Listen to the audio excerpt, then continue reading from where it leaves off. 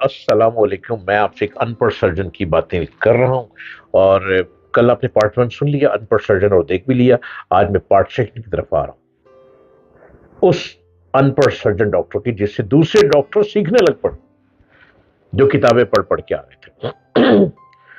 اس کی زندگی میں 1970 تیسرا موڑ آیا. اس سال جگر پر ریسرچ شروع ہوئی تو اس نے آپریشن کے دوران جگر کی ایک ایسی شریان کی نشاندہی کر دی. سنیے، listen to my words and carefully.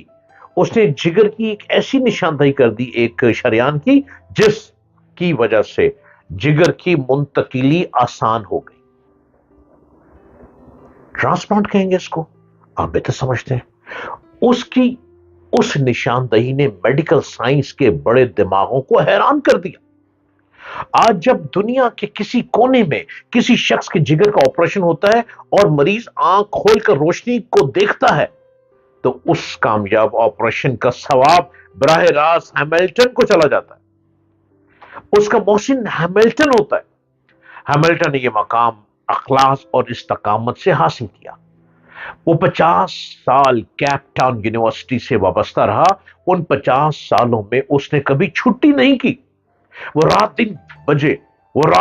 دن کام کرتا. وہ رات 3 بجے گھر سے نکلتا، 14 میل پیدل چلتا ہوا یونیورسٹی پہنچتا اور ٹھیک 6 بجے تھیٹر میں داخل ہو جاتا.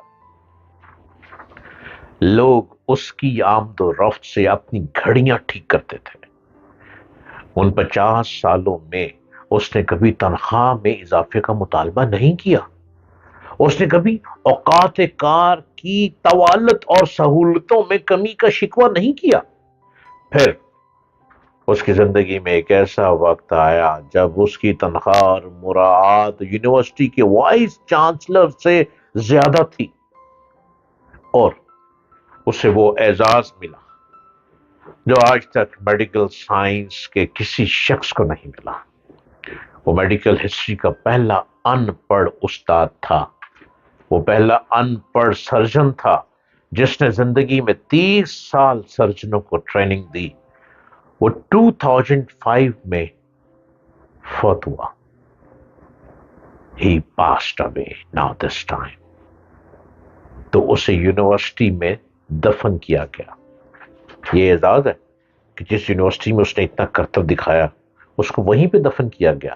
اور اس کے بعد یونیورسٹی سے پاس آؤٹ ہونے والے سرجن کے لیے لازم قرار دے دیا گیا وہ ڈگری لینے کے بعد اس کی قبر پر جائیں، تصویر بنوائیں اور اس کے بعد عملی زندگی میں داخل ہو جائیں. اور آپ سنتے چلے جائیں. آپ جانتے ہیں کہ اس نے یہ مقام کیسے حاصل کیا.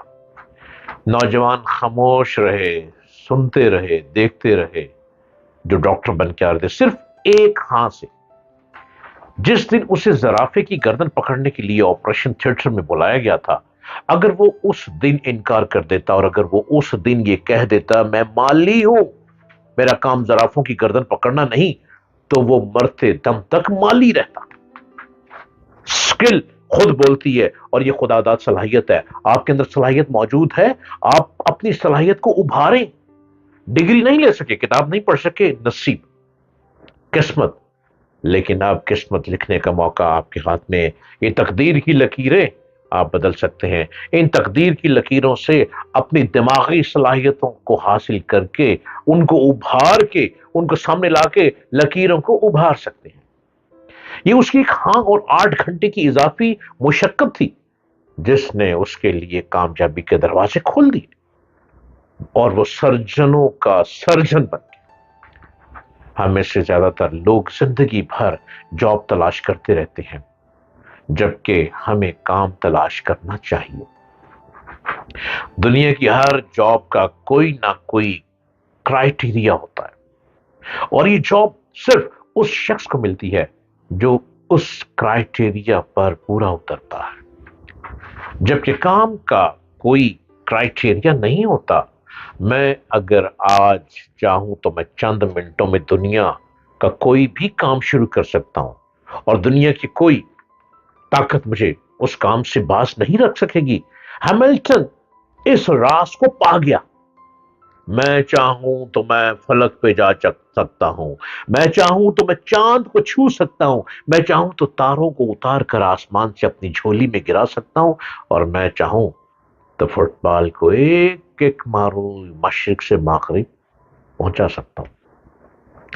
ہیملٹن اس راز کو پا گیا، لہذا اس نے جاب کی بجائے کام کو فوقیت دی۔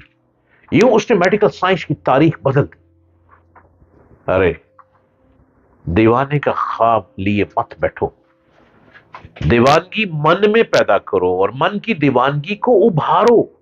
آپ کے اندر سکل موجود ہے، اس سکل سے پیسہ کماؤ۔ کتاب نہیں پڑھ سکے مجبوری، سہولت نہیں تھی، ایجوکیشن نہیں لے سکے فیس نہیں تھی، اسکول کالج یونیورسٹی نہیں جا سکے حالات نہیں تھے، لیکن اب آپ کے پاس دماغ موجود ہے، آپ کے اندر سکل موجود ہے، آپ مالی ہیں، گھاس کاٹیں، آپ خوبصورت گھاس کا ڈیزائن بنائیں، آپ کے بنائے ہوئے ڈیزائن پوری دنیا میں مشہور ہوں گے۔ اور اب تو سوشل میڈیا کا زمانہ ہے، اپنا بنایا ہوا ڈیزائن کسی سے کہہ دیں آپ کی ویب سائٹ بنا دے، آپ کی ویب سائٹ بن جائے گی، لوگ پیسے لے کر بھی بنا دیتے ہیں۔ آپ کے گھاس کاٹنے کا سٹائل، آپ کینچی ماریں گے گھاس کٹے گی۔ درختوں کو خوبصورت بنانا، پودوں کو خوبصورت کرنا، پھول موسم کے مطابق لگانے، آپ اس کا ڈیزائن بنا کر ایک ویب سائٹ میں لے آئیں اور اس کے نیچے اپنا نام لکھ دیں، یہ میں مالی ہوں، اور اپنا نمبر دے دیں۔ ہر گھر والا بیل دے گا، او بھائی مالی ہمارے گھر کو خوبصورت بنا جاؤ، او بھائی مالی ہمارے کالج یونیورسٹی کو خوبصورت بنا جاؤ۔ وہ ٹیلنٹ ہے آپ کا، اور جب آپ ٹیلنٹ کو لے کر باہر نکلیں گے تو آپ ہزاروں لاکھوں پیسہ کمائیں گے اور آپ بہترین گارڈنر بن جائیں گے۔ اس ٹیلنٹ کو باہر نکالیں، نہیں پڑھ سکے، حالات نے ساتھ نہیں دیا، حالات گھر سے ملتے ہیں، گھر نے ساتھ نہیں دیا، کوئی بات نہیں، آج میں بتا رہا ہوں، اپنے ٹیلنٹ کو لے کر نکلو اور ایک مضبوط انسان بن کے دکھاؤ۔